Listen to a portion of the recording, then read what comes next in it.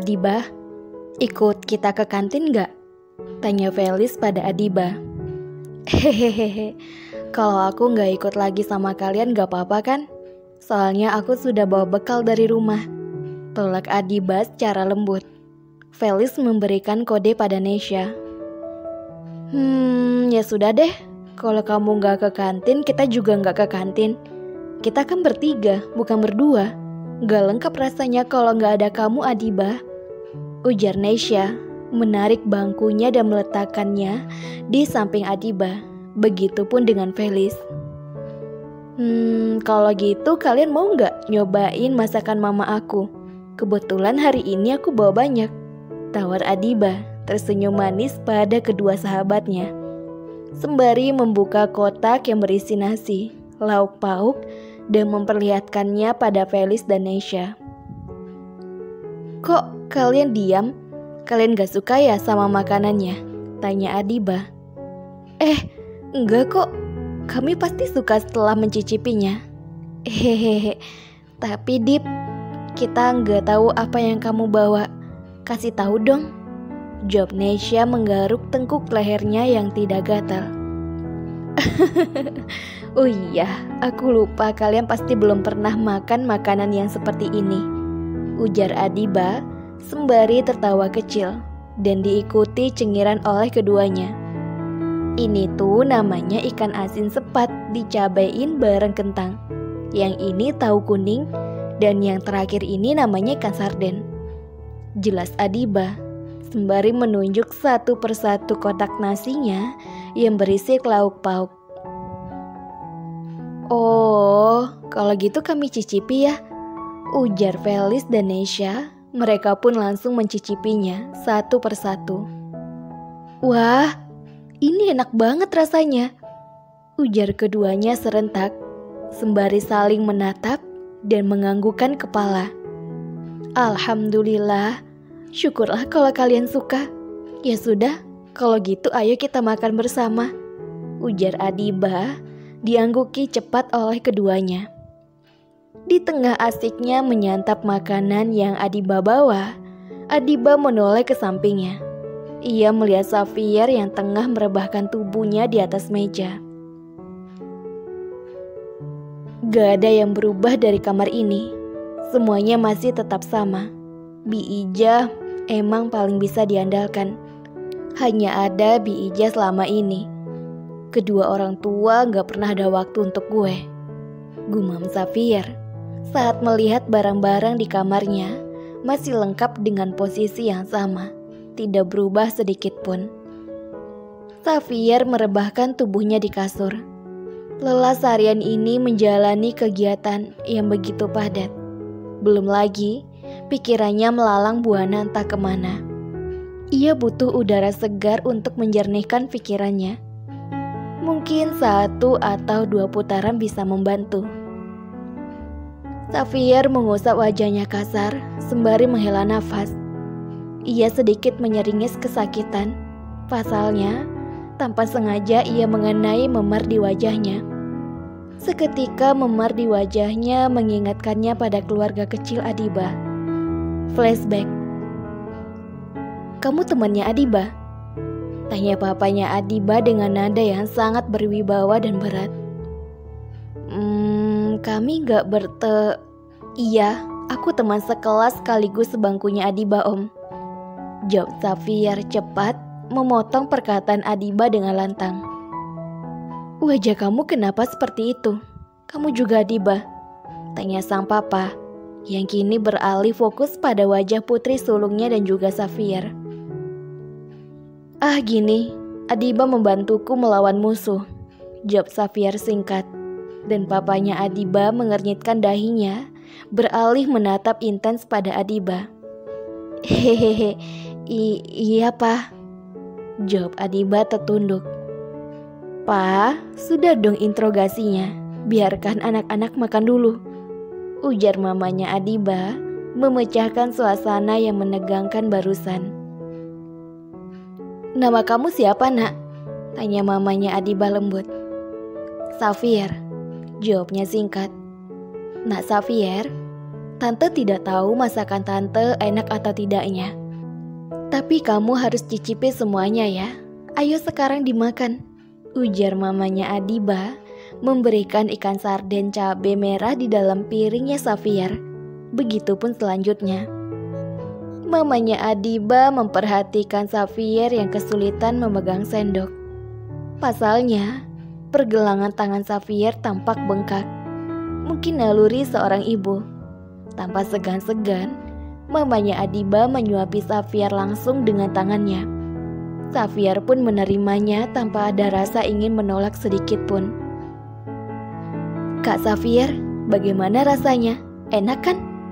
Masakan mama memang masakan terlezat di dunia ini, tidak ada duanya, ujar Bilqis ceria. Xavier hanya mengangguk kepalanya dengan wajah yang tak dapat diartikan. Nah Xavier, sebelum pulang tangannya, biar tante kompres dulu supaya bengkaknya hilang, ujar mamanya Adiba yang sudah menyiapkan air hangat dan juga sapu tangan dan langsung mengaplikasikannya ke tangan Xavier. Hangat, itulah suasana hati Xavier saat ini. Ia dapat merasakan kasih sayang yang tulus, kebersamaan yang belum pernah ia rasakan selama ini. Momen inilah yang sangat dinantikan oleh seorang Xavier. Canda tawa, gurauan, perhatian, tercurahkan begitu saja. Wajahnya yang selama ini terlihat dingin, cuek, tajam, seketika mencair, hingga mengukir bulan sabit indah di wajahnya. Sungguh beruntungnya Adiba memiliki keluarga yang begitu hangat. Gumamnya pelan sembari tersenyum tipis. Xavier merogoh saku celana, mencari salah satu kontak sohibnya. Rangga online. Rangga, nanti malam lawan Edgar, gimana? Ambil motor gue di apartemen. Gue lagi di rumah, ada nyokap dan bokap juga. Gue terima tantangan dia. Oke, laksanakan bro. Sudah 3 tahun Xavier menggeluti dunia malam. Ini semua ia lakukan bukan tanpa alasan. Dan kalian sendiri pasti tahu apa alasan Xavier kan? Xavier tak pernah merasa sendirian. Ada Rangga, Marvin, dan juga Fraka yang selalu setia menemaninya. Keempat pria tampan itu memang nakal, pemabuk, pecandu rokok, pembalap liar, dan jauh dari kata suci. Namun mereka tidak pernah bermain kotor dengan perempuan. Apalagi sampai menyewa jalang hanya untuk memuaskan nafsu bejatnya. Entahlah, menyakiti perempuan tidak terdaftar dalam list kenakalan mereka.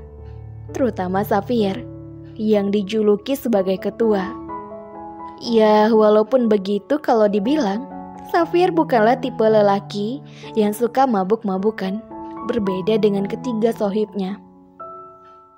Tok, tok, tok. Pintu kamarnya diketuk. Terdengar suara Bi Ijah dari balik pintu.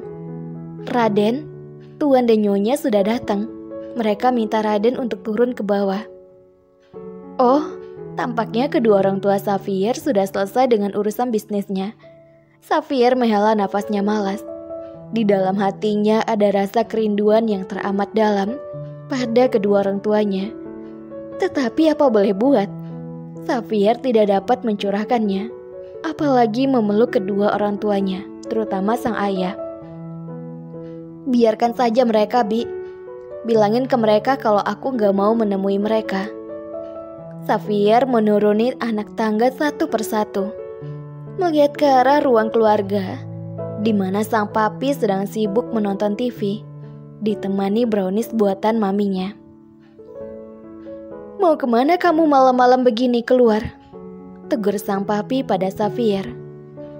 Jangankan untuk menoleh, tampaknya Xavier ogah menjawab pertanyaan dari sang ayah. Xavier, kalau orang tua tanya itu dijawab. Berhenti kamu, bentak sang papi. Detik itu pun juga, Xavier berhenti tanpa berbalik menghadap sang ayah. Ia hanya memperlihatkan punggungnya pada sang ayah. Sejak kapan kamu menjadi anak yang pemberontak dan kasar seperti ini? Ujar sang papi. Xavier hanya diam. Sudah Pi. Jangan berantem terus sama Xavier.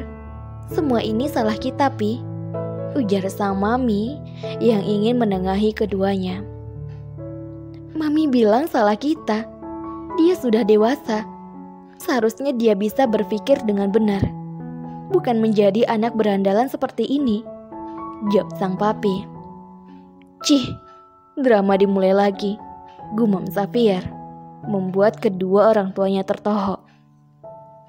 Anak kurang ajar kamu, teriak sang papi, lagi menggeram kesal, mengepal kedua tangannya kasar. Tampak jelas bahwa sang papi kini tengah marah besar, hingga urat-urat di wajahnya pun mencuat keluar dengan bola mata yang memerah. Jeff Baron Alexander adalah papinya Xavier. Ia seorang bos sekaligus CEO dari Alexander Corp se-Asia yang sukses akan semua royal produksi dari perusahaan yang ia kembangkan. Tak hanya itu, papinya Xavier juga seorang secret agent sekaligus pemilik sekolah dan orang terkaya nomor 1 di dunia. Alexa Olivia Johnson adalah maminya Xavier. Ia seorang desainer terkenal di dunia dan juga pemilik perusahaan minyak terbesar di dunia. Begitulah kegiatan orang tua Xavier yang super sibuk, sehingga mereka tidak memiliki waktu senggang untuk anaknya yang bernama Devran Xavier Alexander. Nah, Xavier adalah anak tunggal dari Jeff dan Olivia. Walaupun di mata kedua orang tuanya, Xavier adalah anak yang sangat pemberontak dan berpenampilan berandalan. Tetapi di mata para pengusaha, Xavier adalah pengusaha termuda yang sangat terkenal. Namanya hingga mendunia. Ia juga seorang CEO sekaligus pemilik perusahaan Silabek Asia News. Selain itu, ia pemilik perusahaan mobil Ferrari dan juga pemilik kafe yang memiliki 25 cabang di Indonesia dan Australia. Blackwood Handsome adalah nama samaran yang ia gunakan untuk kedua perusahaannya. Maka dari itu, kedua orang tuanya tidak tahu jika mereka memiliki anak yang sangat hebat dan jenius. Tanpa sang papi sadari, perusahaan anak semata wayangnya itu yang didirikan oleh Xavier bekerja sama dengan perusahaannya. Kecuali kafe, hanya itu yang orang tuanya ketahui. Dan kedua orang tuanya Xavier tidak mendukung usaha kafe tersebut. Makanya sang papi menuntut Xavier untuk bekerja di perusahaannya dan menjadi seorang secret agent sama seperti dirinya. Suara motor saling bersahutan. Tempat begitu ramai dengan teriakan penonton dan suara deru knalpot. Para pembalap liar sudah siap dengan aksinya malam ini, dan Xavier adalah salah satu di antara mereka. Kebetulan lawan lo kali ini Edgar, anak geng Bandidos, bro, ujar Rangga. Bagus, tandingan gue emang gak pernah main-main. Lo siap lawan Bandidos? Tanya Marvin menunjukkan raut khawatirnya. Kenapa enggak? Geng sampah kayak Bandidos gak pantas buat ditakuti. Bandidos memang rival dari Stronghold One Punch. Geng licik itu selalu saja ingin menguasai daerah kekuasaan milik Xavier. Secara diam-diam, salah satu saingan perusahaannya. Kevin, sang ketua, mempunyai banyak cara untuk menghancurkan geng yang sudah Xavier bangun dengan susah payah. Lo harus hati-hati sama dia, Xavier. Bisa aja dia udah nyusun rencana jahat buat bikin lo celaka, ujar Fraka. Dibalas anggukan oleh anggota Stronghold One Punch yang lainnya. Brum, brum, brum. Perlombaan akan segera dimulai. Sesekali Xavier menoleh ke arah teman-temannya yang menatapnya seolah mengatakan, "Lo harus menang, Xavier." Aba-aba dimulai. 1, brem. 2, brem. 3, brem. Mereka melaju dengan sangat kencang. Xavier akui Edgar sangat lihai dalam menjalankan motornya. Kemampuan ia dalam balapan hampir setara dengan Xavier. Kevin memang tak pernah bermain-main dalam melatih anak buahnya itu. 2 putaran telah dilewati. Tinggal 1 putaran lagi yang harus mereka lalui untuk menentukan siapa yang akan menjadi pemenangnya. Jalan penuh tikungan. Edgar hampir kehilangan konsentrasinya. Ia belum menguasai jalan seperti ini. Hampir saja ia terjatuh. Sial. Garis finish sudah di depan mata. Dengan kecepatan penuh, Xavier berhasil melewati garis finish. Tak heran, lagi dan lagi ia menjadi pemenang dalam balapan ini. Anjay, si Xavier menang lagi oi, teriak Marvin heboh. Gimana, Xavier? Edgar nyelakain lo apa enggak? Pasti dia curang ya? Lo nggak diapa-apain kan sama anak itu? Wus, baru saja melepas helm, Xavier sudah diserbu berbagai macam pertanyaan dari ketiga sohibnya dan juga teman-teman gengnya. Aman, jawab Xavier sembari mengacungkan jempolnya.